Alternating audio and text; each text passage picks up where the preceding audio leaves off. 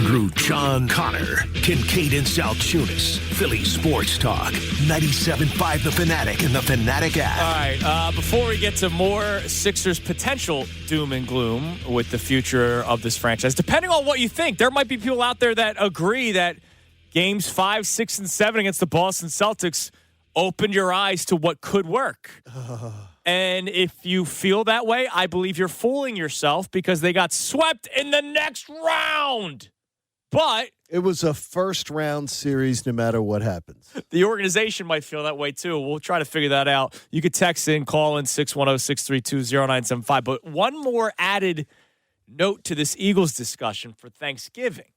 Is what would that be? In case you're just tuning in, Eagles will be playing on Thanksgiving against the Dallas Cowboys. And one of our questions is, hey, do you like it? Like, do you like that your team is playing on Thanksgiving? Connor doesn't like it because he travels all over the place. And he also doesn't want to curse in front of his, just make sure young family members. Make sure your schedule, make sure that you know where you are by a certain time. Now, I have not read enough to have this confirmed. So Trevor Rice, who's on our YouTube chat, I need Trevor to let us know if his fiance is a Cowboys fan. What? Because Trevor chimes in, what? Gonna be an interesting Thanksgiving.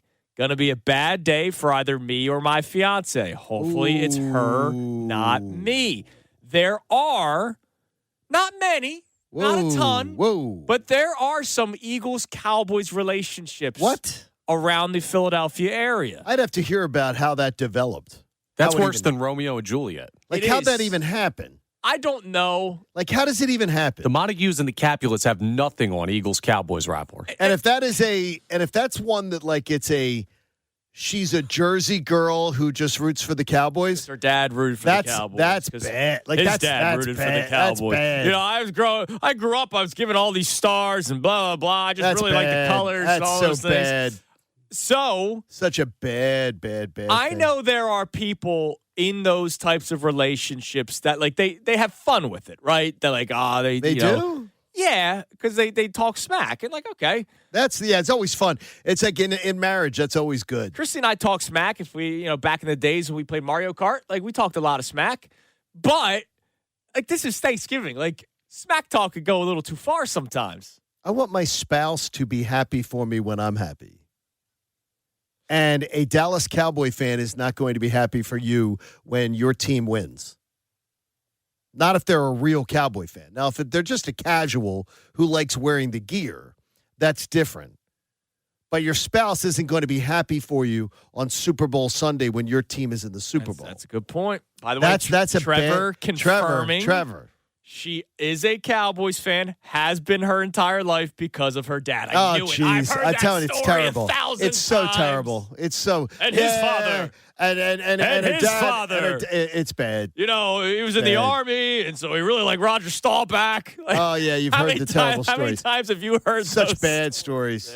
All right. Bad. So do you like that the Eagles are playing on Thanksgiving? And if you are one of these households, wow. And look, they're engaged, Johnny. That's beautiful. Congratulations. Congratulations. Engaged to be wed. I'm sure she's gorgeous because there has to be something that he's willing to overlook certain things. Everybody's got a flaw, and her flaw is being a Cowboys fan. That's incredible. I mean, at some point, look, it's just like, you got to, and you can tell Dad, nah, sorry, Dad, not doing it, not listening to you anymore. Yeah, don't do that. By the way, listening to you. One quick note, because I see a lot of people, have you guys talked about this? I don't know why it's trending. What's that? There was a fake trade in baseball last night. The Bryson Stott one? Dude, I'm on Twitter right now. Today's news. Are people believing it? Dude, Twitter's believing it. Like the Elon and company. Philadelphia Phillies finalized trade to acquire starting pitcher Jose Soriano for Bryson Stott. That did not happen. But literally the app believes it happened. Okay. It's a top trend right now. Really? Yeah, it didn't happen. No, that was a satire account that posted it. And for some reason, it's being run with. By the way, there's another satire account that is running with, we've gotten the leaked Week 1 schedule in the NFL. Oh, yeah. That is also a fake, as two of the teams that are scheduled to play host games in Week 1, their stadiums are already booked for sold-out 70,000-seat concerts. Yeah. So that is also a fake. Well, it's that this time of year. That people stop falling for. Yeah, what stop falling for fake. You wonder why people don't believe everything they read. No, but I'm wondering is do people not like just take 2 seconds? Do the correct? Patriots really want A.J. Brown? 610 No. The A.J. Brown stuff. The A.J. Brown stuff has told me though that people will just be willingly ignorant. They will just be willingly ignorant because I don't want to believe it. I just don't want to believe it. I think people believe it at this point. No, but they didn't. Yeah. So they just are like, well, I just don't want to believe it, so I'm not going to believe it. We're 3 months away. Yeah. Right. We're 3 weeks away. 3 weeks away. Don't tell me 3 months because I couldn't do it for another 3 months. And then it will be the narrative from the same people will shift to the media ran AJ out of town. He never wanted to leave. They forced this on him. Well, good news. We get to fix the Sixers in the meantime. Oh, sure we do. So yesterday, Ramona Shelburne on Middays with Marks, and I love Ramona. So like again, so do I. This is her reporting. This is not like she does a good job. She's giving an opinion, and I'm ripping her for it. So when you hear my anger and vitriol, it's not directed to Ramona Shelburne. It's directed to what she's hearing. Here she is talking about how she expects them to Johnny run it back. Yeah.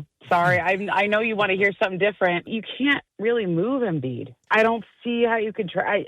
He makes so much money. There's such a long-term commitment there. It's almost blasphemous to even talk about it because he's such a good player when he's healthy. I think they very successfully pivoted to being Tyrese Maxey's team this year. Whenever Maxey's, health issue comes out at the end. I mean, I know he was playing with a pinky thing, I think worse than you realize, or he would even say, right? But I think they shifted some of the emphasis off Embiid so that they weren't so dependent on him. But you have two aging stars in Paul George and Embiid that can't stay healthy. But I thought Paul looked really good at the end of the year. He has not been able to justify the contract that he signed a couple of years ago through injuries, through the suspension that he had. Like that's been disappointing. I know he had a good series against the Celtics, but it was, this is 2 years now, right? So I understand where you guys, would feel about it. Maybe you could move Paul, maybe, because he doesn't have as long on his deal and he's still a good player. I don't see those guys being movable. And remember, you can't trade somebody without taking the equivalent money back. And, of course, that's why it's so difficult in the NBA for some of these contracts. Now, that's one thing, right, where Ramona Shelburne saying, like, I don't know. I don't know. Who's picking these guys up. That's one thing, right? So then it's, all right, you're bringing back Embiid and George, so how are we going to make this roster better? Tyrese Maxey's here to stay. He's also a max contract player. VJ Edgecombe, we're in love with him, right?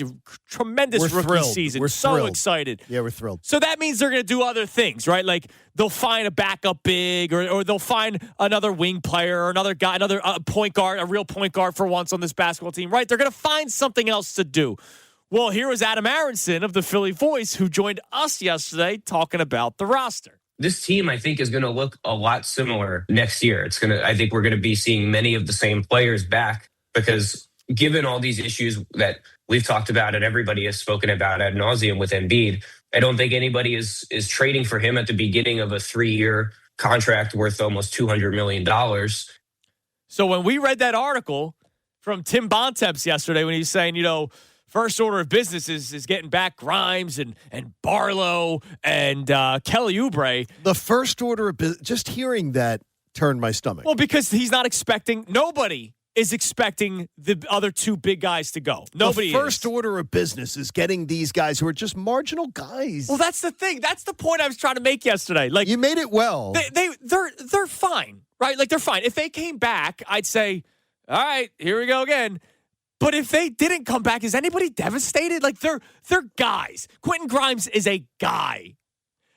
Kelly Oubre, I like Kelly Oubre. I just don't think he's a starter. I think he's a guy that should be coming off the bench and should be a scoring punch off the bench. But for some reason, over the last 3 years, he's been a starter for this basketball team. Until they find that truck that hit him, I don't want him gone. I want him to stick around. But I mean, I'm looking forward to seeing that Kelly. Look, if Kelly Oubre's back, I'm happy.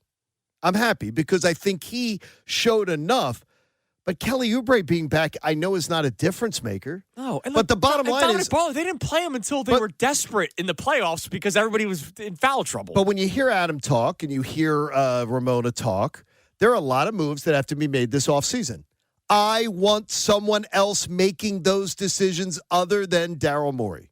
Let me ask you Can't this. trust him. Okay, I understand where you stand with that, but let's go logically through the decisions.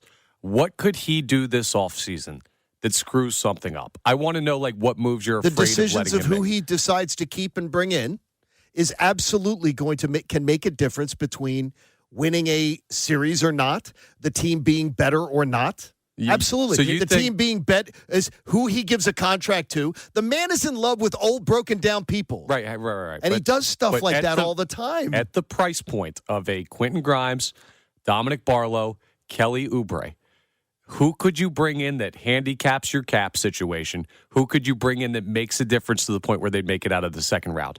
That guy does not exist at that price point. I don't want this man doing anything that could potentially hamper you worse in the long run, which he can. He can make decisions that hurt you longer in the long run, By the way, as Dave Dombrowski can show you. By the way, Quentin Grimes is not going to look for a 1-year deal again. No, Yeah. I mean, you're going to sign guys that are you sign him to a 3-year deal that now are you're just locked up there. guys because he's in love with them. That's a fair worry. And that's why you need someone else.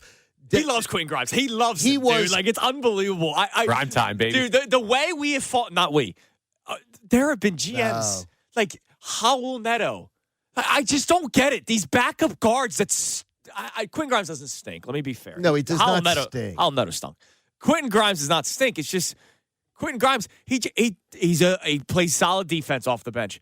What team in the NBA is going, we want defense off the bench? No, you want scoring off the bench. And that's why in what game was it? Game 2?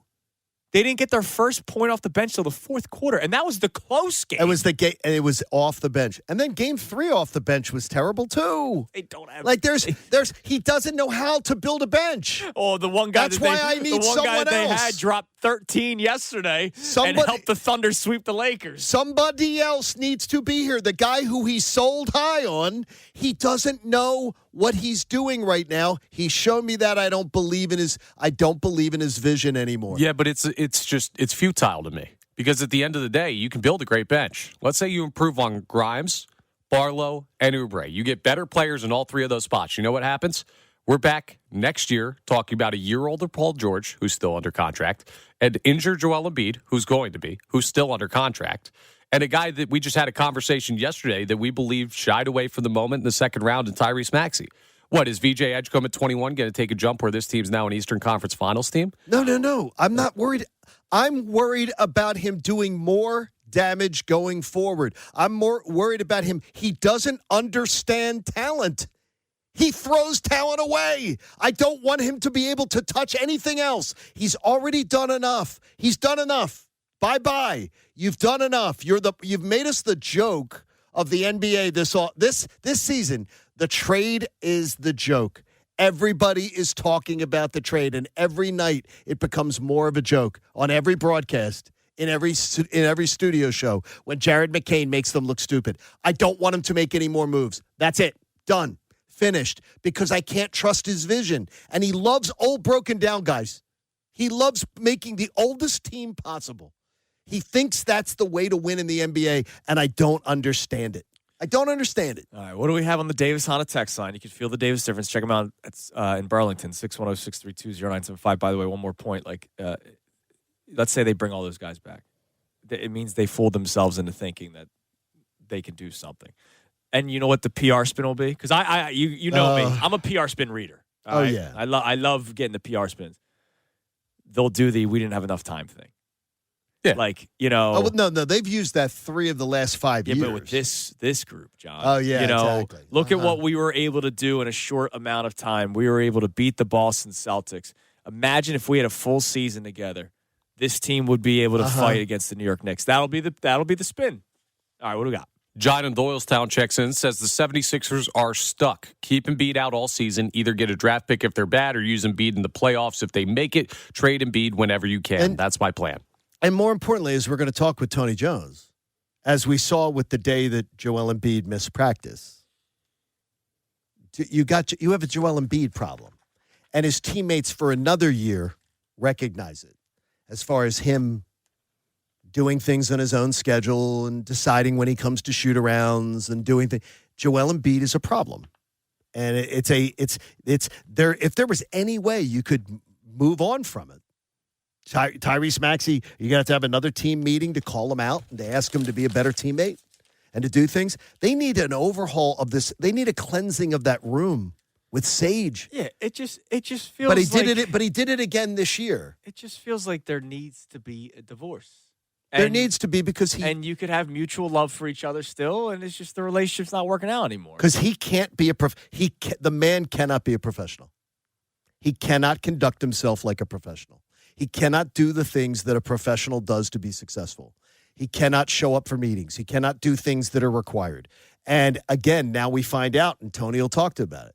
When the other members of the team are seeing it, it's like a lack of control of your locker room. Joel doesn't go by the same rules. He thinks he gets to do things the way he wants to do them. Well, and that has to stop. As much as I love the man, one of the big issues that I believe really hurt this franchise years ago was allowing a lot of things to go, Embiid and Ben. Okay. Because they were supposed to be the saviors of the franchise, and they let them walk on water, or acted like they walked on water, I should say. And I do believe that set a bad precedence for the one guy that's still here. Then what I will say to you is this. A year ago, more than a year ago, a year and a half ago, Tyrese Maxey at a team meeting had to call out Joel Embiid for his unprofessional behavior in front of his teammates. And it became public, and Joel was very upset that it became public. Yes. And I would be upset about that too, by the way. And I understand why Joel would be upset about that. But the message was clear. You're not acting like a professional. And at that time, the message was he would be different. He wasn't different. That went in one ear, out the other. Same stuff was going on this year. So the guy never learns. What else you got on the text line there, Connor? This texter checks in, says, is Connor's position really that we should keep Morey because Morey has done such a bad job that nobody else can fix it? And I understand how people see it that way. Here's my thing. I just don't think that there is a solution for the short term that anybody has. Like you hear the insiders saying they don't have moves they can make with the big guys. The marginal moves are not going to do enough to get you over any type of hump. All right, let me ask you a simple question. Do you think Daryl Morey has done a good job as the president of basketball operations for the Philadelphia 76ers? No. Then why should he still be here? Because there are parts of his job that he has done well. And there are certain limits. The overall question. Right. Has he done a good job as It's not just yes or no, dude. You think they're going to go into the office and sit Daryl Morey down and say, hey, you done a good job or not? And the yes or no is going to determine his fate. So here's the number one thing that they could do this offseason to me. And people are going to roll their eyes, but look at Tyrese Maxey, look at Jared McCain, look at the draft position of those players. Making the pick at 22, nailing the pick at 22 is one of the few ways that you could potentially improve this roster. He's been drafting really well lately. I know where people are at emotionally with Daryl Morey, but he has drafted well. It's not emotional. That makes it sound like people are just speaking of emotion. It's not emotion. It's just, he's done a poor job. He's done a poor job. Has he not drafted well? He has. That's one portion of his job he has done well. That's one faction of it. He's done a poor job. He has not delivered. And that is the bottom line. We love Howie not because he's drafted well and has signed contracts well, right? Like, Daryl Morey just being able to draft well is great and all. Like, it is. But it's great. You still signed Joel Embiid to an extension. It was terrible. Like that's the reason you're in the problem is these stupid contracts that he signed. Right. He's to blame for the situation that they're in. I understand. And a lot of it is the belief that he has that young guys don't win. Veterans will win in this league. And as I've said 100 times, for a while, that was the correct way to look at it. There was a time where that was the talking point, and it was certainly supported by a lot of data. But when he signed Paul George, that was not the data anymore. Nope. And they just got older. And it may have set them back even more. If we get the notification today, like comes on, we come back for the break. Daryl Morey fired by the Philadelphia 76ers. I'm not like, that's a dumb move. They should not have done that. I don't want anyone to misconstrue this as me saying he should keep his job. I think making that move accelerates the timeline for the Philadelphia 76ers to be in contention 0%. I think it makes it no faster. So you believe that then you're telling me that nobody they could hire could make them better? Right now, no. Correct. I just Sixers, think that is Embiid, crazy. Are we saying better in that's 2026, 27? No, better. Or are we saying better as a franchise? I'm saying in 2026, 27. I'm not looking, dude. We're I don't not talking about 26, about this? 27. We know they're How not going about to win this? next year. They're not winning with or without Morey. They're not winning with or without Embiid. They're not winning with or without Paul George. They're not winning with or without this core, right? Like, this core's not We winning. already know that. So I would, I'll use another example. How about this? Another going in the break example of something that you're basically, I'm not saying you, Connor, but if that mentality is what another team in another sport's doing. And I will tell you exactly who that is. Wow, that's coming well up done. next. That's well done. 610-632-0975. Well and done. we mock said team. How about Well that? done. That was sleek. That was sleek. That was really sleek. That, and speaking of running it back, the Phillies are in Yeah, action exactly. tonight. There we go. How important is this series for your psyche when it comes to two arms that will be on the mound in this series against the Sox? Kincaid and Sal Tunis, 97.5 The Fanatic.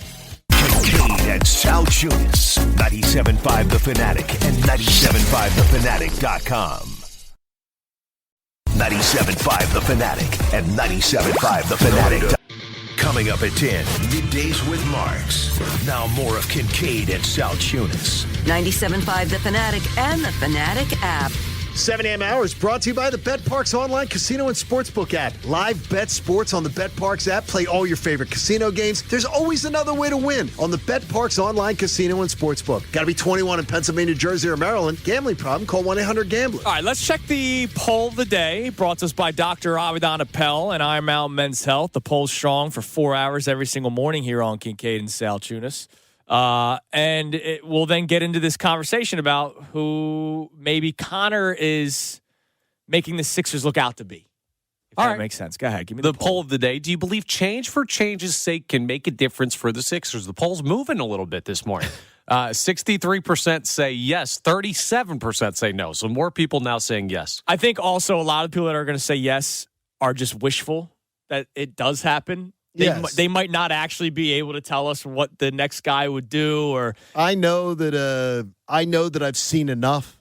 Yeah. I know that I've seen enough. That's bottom point. line. I've seen enough. So that's it. Connor, you were saying what are you going to really do to change because it's not going to get better next year? The point that I'm making is I don't care about next year anymore. Right? Yeah, well, I care about 3, 4, 5 years from now. All right. What you're saying, and I'm not saying that you want the Sixers to do this, but what you're saying is very Pittsburgh Steelers-ish, where we got a decent team, right? The Sixers are a good team. Got a good club. Can we agree that the Sixers they have a playoff team? Yes. And They have a team that has 6 seed written all over them. Playoff team. 6 seed. Pittsburgh Steelers, playoff team. Yep. Right? Like, they have some decent players on offense. They have some decent players on defense. That's fair. But Yep. they've been in quarterback purgatory, ever since they tried for like 5 extra years with Ben Roethlisberger. And they're in the playoffs. They were just in it last year. Consistently. They were just in it last year. They haven't been under 500. But does anybody think the Pittsburgh Steelers are going to win anything? No. So what they should have done freaking 5 years ago is, all right, let's just cut bait with a couple of people here. And I know it's going to suck because Howie Roseman said it. In a town like Philadelphia, you can't rebuild when it comes to the Philadelphia Eagles, right? Sometimes you just got to deal with it for a year or two. I'm not saying Sixers process 10 years. Nobody wants that again. But people are afraid of that. They are, and I get it because what if the signings, what if the draft picks they get aren't good? Yes, right? exactly. Like, there's the Thunder and the Spurs, and then there's the Sixers, where it didn't work for quite some time. But to just say it's not going to really do anything for next year or 2 years from now. I don't care. I'm thinking about down the road. And I don't want to be the Pittsburgh Steelers of the NBA. Yeah, but you can't be. You just don't have the opportunity to be. I understand the Jared McCain trade is scaring people for the future. Because let's say they draft somebody at 22, and then the team plays well this year, and then Daryl Morey is trading like young assets or picks at the deadline because he believes. Like, I understand that. But the Sixers have the most money committed to a group of 3 players in the NBA between great Tyrese Maxey, Joel Embiid, and Paul George. Who did that? John. Daryl Morey did that. Right. But my point is this. When we talk about guys like Kelly Oubre, Quentin Grimes, Dominic Barlow, what could their contracts be? Does he sign them long-term? Like, regardless of what you do after Joel Embiid, Paul George, Their contracts are so big that whatever contract you can sign them to under the cap structure will not restrict you from getting anybody. This team, there is one issue. It is you are locked into Paul George and Joel Embiid, and nobody can change that. That's two issues. Joint issues. That's Combine it to one to make it seem like less issues. That's two players. All right. We'll get back to our text line, but we do have a Phillies series because now that's the only team that's active, right? We do have the Eagles' schedule coming out this week, and we do Can't know wait. that the Eagles are playing the Cowboys on Thanksgiving Day. Can you please have a text ready on that? Do people like that the Eagles play on Thanksgiving? I love it. Johnny loves it. Connor does not. Connor, you're just on the wrong side of history today. Phillies begin a series with the Red Sox, and they have Jesus Luzardo and Andrew Painter scheduled to pitch in this series. How much for your psyche do you need to see them have good outings? Now, Luzardo, we've seen over his last 4 have a solid one, 2 really good ones, but then again, he has the bad one against Colorado, which he's had disastrous. Yeah, and he's had a lot of disastrous outings so far this year. Andrew Painter's just last outing was his worst, but every outing this year, except for like 1 or 2, has been like, oh, this is the guy that they're putting a lot of faith in, huh? How much do we need to see good outings from those two guys this series? I'm not saying, oh, give it time, wait till June, wait till July. I'm saying now. We're trying to climb out of being below 500. It's got to be now. It's got to be now.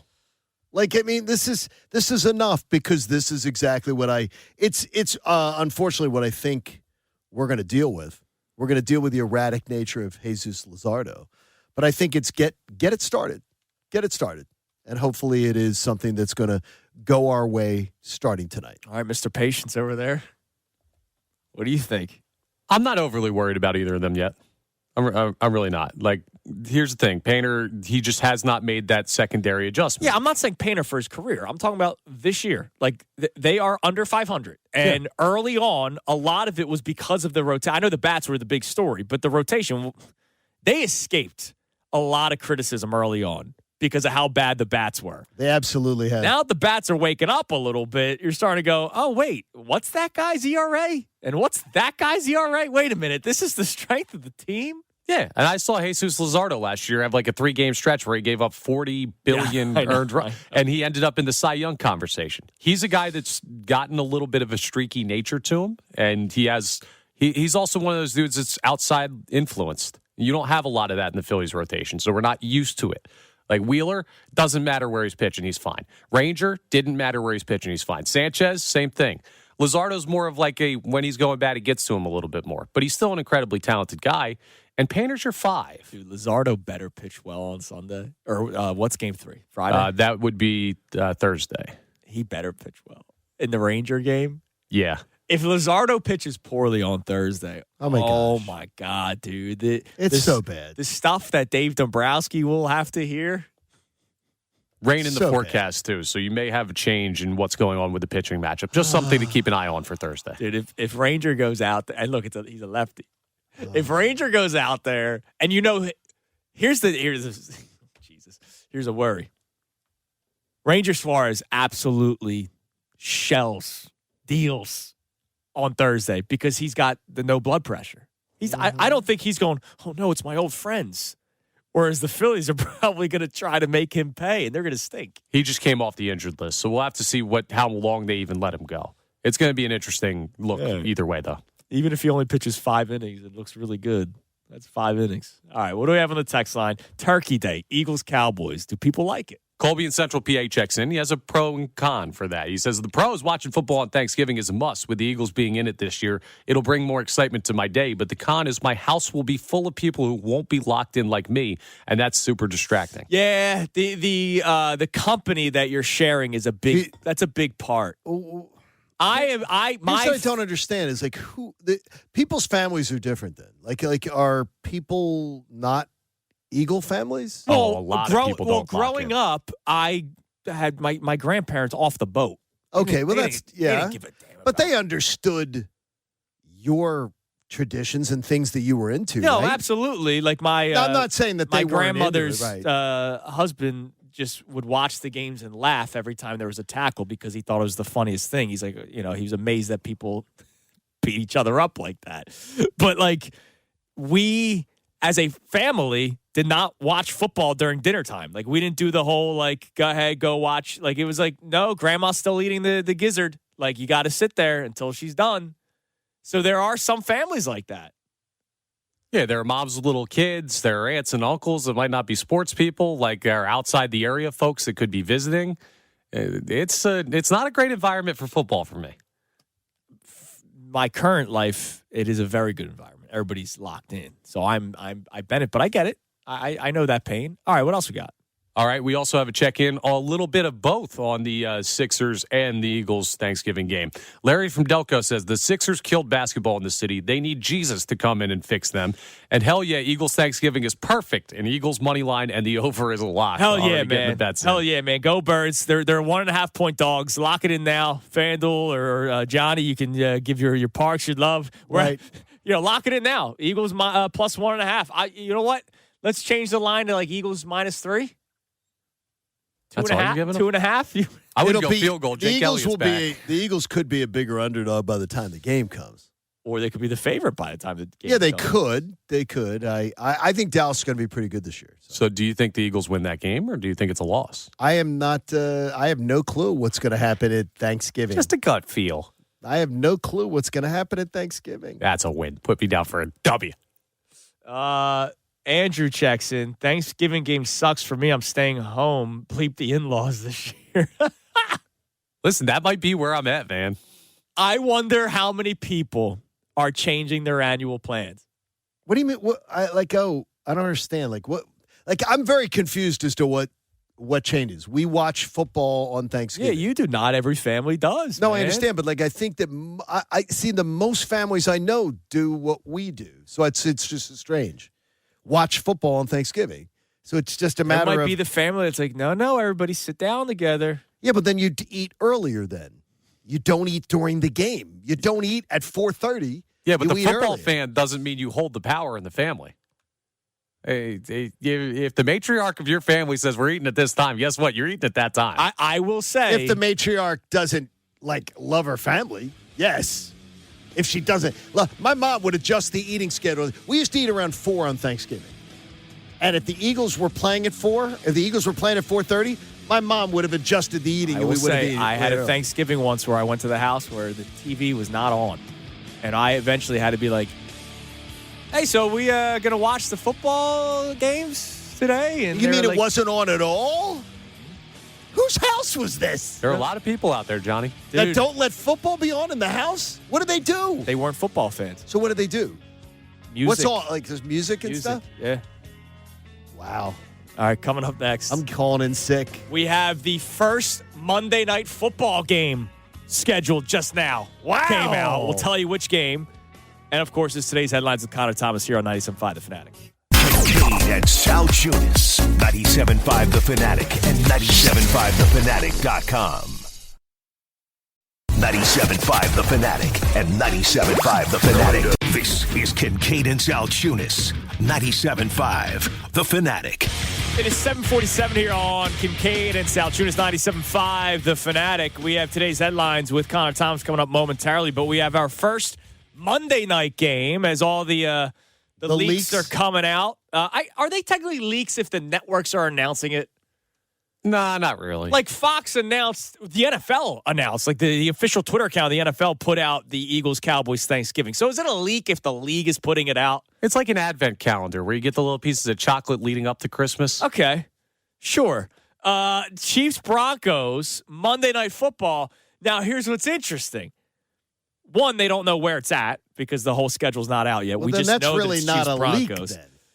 But number two, does that mean Patrick Mahomes is back week one? Because why would the NFL put a matchup like that? And I guess Bo Nix is back too.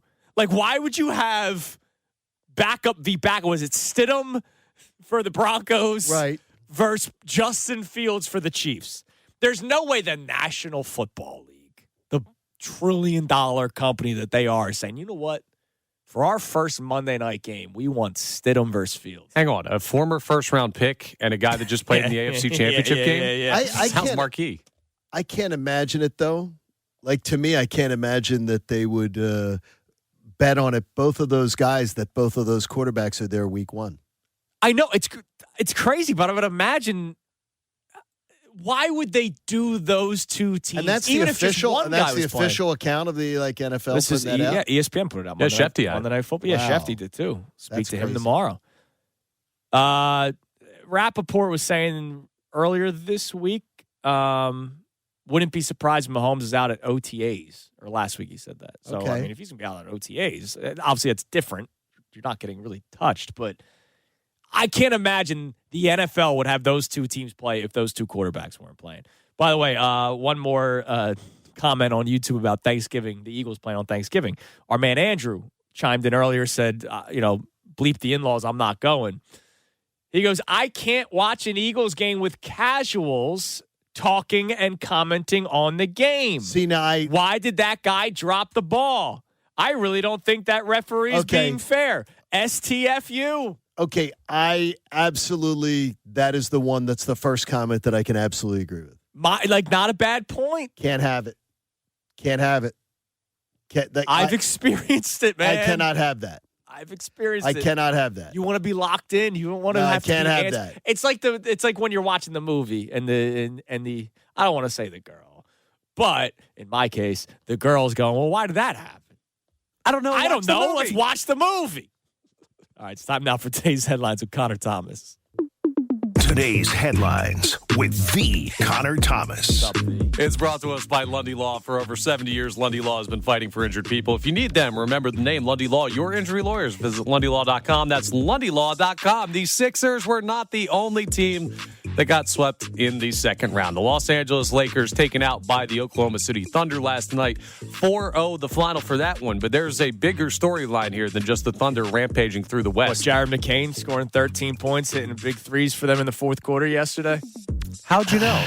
No, it might be the future of one LeBron James. He talked after the game about where this leaves him potentially continuing to play basketball. Well, I mean, obviously, it's a process. It's not about to happen right now. The process of thinking about the whole season and processing it over the next, let's say, couple weeks. What do you guys think? Can I ask you something? Yeah. Are you sure that video was from yesterday? Because I feel like I've heard that clip You have. from LeBron James in 2025, in 2024, in 2023. I'm pretty sure I've heard LeBron say those exact same words for 3 straight years now. Yeah, he's been thinking about it. What do you guys think? Does he come back and play? Yes. I think he does. You think he's not going to want a goodbye kiss my backside tour? I think that's what happens. He's gonna orchestrate it himself. Oh no! I don't want that. I don't want that. What kind of gift am I getting tonight? Whoa, no, I'm not interested in that. Are there cameras? Hey! He's gonna want every bit. I of mean, it. and I earned can't it. wait for 41 of those games to be at the Wells Fargo or Xfinity Mobile Arena. He's He gonna said want process every bit. 4 Of it. times in there. Future Sixer LeBron James. Paul George for LeBron. Who says no? Well, no, he's a free agent. Yeah. Right? You Sign and him. trade. Sign him to a cheap contract. Well, no, you're not doing sign and no. trade. You're not signing him to a max contract. Yes. Lock him down. You get Bronny, too. You forget. All right. Oh, jeez, that's good. we'll move probably- on to Little jobs program for the LeBron. We can family. all see the Cleveland thing again, right? Like that's probably that would be the biggest no shock ever. Yeah. Or New York, because I know that's always been talked about. But why would the Knicks want them? No. Correct. It's either Cleveland or LA. Now, did you guys see what happened in the matchup between the Orioles and the Athletics dealing with the home plate umpire yesterday? Believe it or not, I was not watching O's yesterday. Oh, you're Mr. Pirates Marlins on opening day. I thought you were C-Med. Anyway. I am, but I was not watching this particular matchup. Well, go ahead and take a listen to what happened with home plate umpire Carlos Torres when Shea Langoliers went to challenge. 5, almost 8 in the second inning, but then from the third inning on, it really goes down. Another walk for Ward. Wait, Shea Langoliers tried to challenge, and Right, yep. Carlos Torres doesn't grant it because it didn't happen immediately. Wow, Mark Kotsay is fuming in the A's dugout. And we're starting to see this a little bit around baseball, that audio via the A's television broadcast. They ended up having to eject some people because there was an immediate challenge. Like, it was as the pitch crossed, the guy's tapping on. Well, I'm his trying to helmet. watch. Yeah, I'm trying to find the Yeah. video. It was immediate. Okay. And they just did not grant it. So yeah, if he challenged it immediately and he didn't grant it, then it's sour grapes by the umpire, or the umpire wasn't paying attention. But remember when I brought this up at the start of the year? The ability to deny the appeal was something that was going to be a problem. It's why I've been saying if we're going to do this, do the whole thing. Next year it's going to be like there's no point of this. It's showing, there really isn't. It's showing the accuracy. It's showing how bad, because now remember, every pitch is being tracked. And they're showing how bad the umpires are. It'll be done. Because when baseball comes back after the lockout, there will be robot umps calling balls and strikes. Yeah, it was like the universal DH. They don't have to get – if you can get every pitch right, why would you not want to get every pitch? Well, there have been certain dynamics in baseball that people might not like. The walk rate is very much up because hitters have a much better idea of where the strike zone is. Does that change the way the game is exciting or not? Yeah, look, I didn't want it to begin with, but I didn't want to do the challenge. If they were going to do it, because eventually they're going to do it. Like, we all know that the automatic balls and strike system is coming in Major League Baseball. So why not do it right away? It's coming. I mean, they're going to do it because, again, to get the calls right, there's no reason why you can get it right. And then we don't have anything to argue about. Let's just call balls and strikes. Did you tap your helmet? Right. Let's just call balls and strikes and get them right. And our final thing we'll get into for today's headlines. I know we've mentioned the name multiple times, but Shams putting it out yesterday, making it official. The Milwaukee Bucks are, quote-unquote, open for business on Giannis Antetokounmpo. I will repeat what I said about LeBron James. What year is this? It's 2026. Because I get it. The Bucks are now open for business. Well, watch. Giannis is going to say, well, now I don't want to go. It's the same thing. Like, Giannis, this has been another 2 years in the making. You would have loved this a few years ago. Yeah. But it's like, okay. And if I hear one more person, and by the way, many of them in our industry go, hey, what about Giannis for Embiid? Why would they want that? Yeah. Why would they ever want that? Giannis has played more basketball than Joel Embiid, and people are talking about Giannis's injury history. Stop. But he's out there. They're also going to dangle like Kyle Kuzma and picks as potential assets to try and move with. A team's he'll get traded, and the team's going to trade for him. Like there's going to be a market for Giannis. There's going to be a market. Sham said like 10 teams yesterday. Yep. Yeah, Sixers should not be one of them. No, Sixers. Well, Milwaukee would be stupid if they did. Well, try. You could. They would be you could move stupid. VJ and picks and stuff, and then you have a different conversation. And I said the Sixers would be stupid if they did. They'd be stupid to bring him in. I'm not trying to trade Edgecombe, man. You're not trading Edgecombe just to get rid of Embiid or to get rid of Paul George. Now that's another thing. If Morey says I would do this, that would be another. Then you have to find Put something. him out in cuffs. Handcuffs. No, lead him out in cuffs. No, I already don't trust him. I don't trust him because I could see him taking that call. Yeah. All right. Really coming up next. It's a Tuesday, Johnny. That means Tuesdays with Amy. Amy Fadul will be in studio with us. Her thoughts on everything Sixers related. What do they do? What can they do? Those are two totally different questions, John. And unfortunately, one of the answers kind of feels like nothing. We'll explain more. We have all the audio from yesterday's reporters coming up next here on The Fanatic.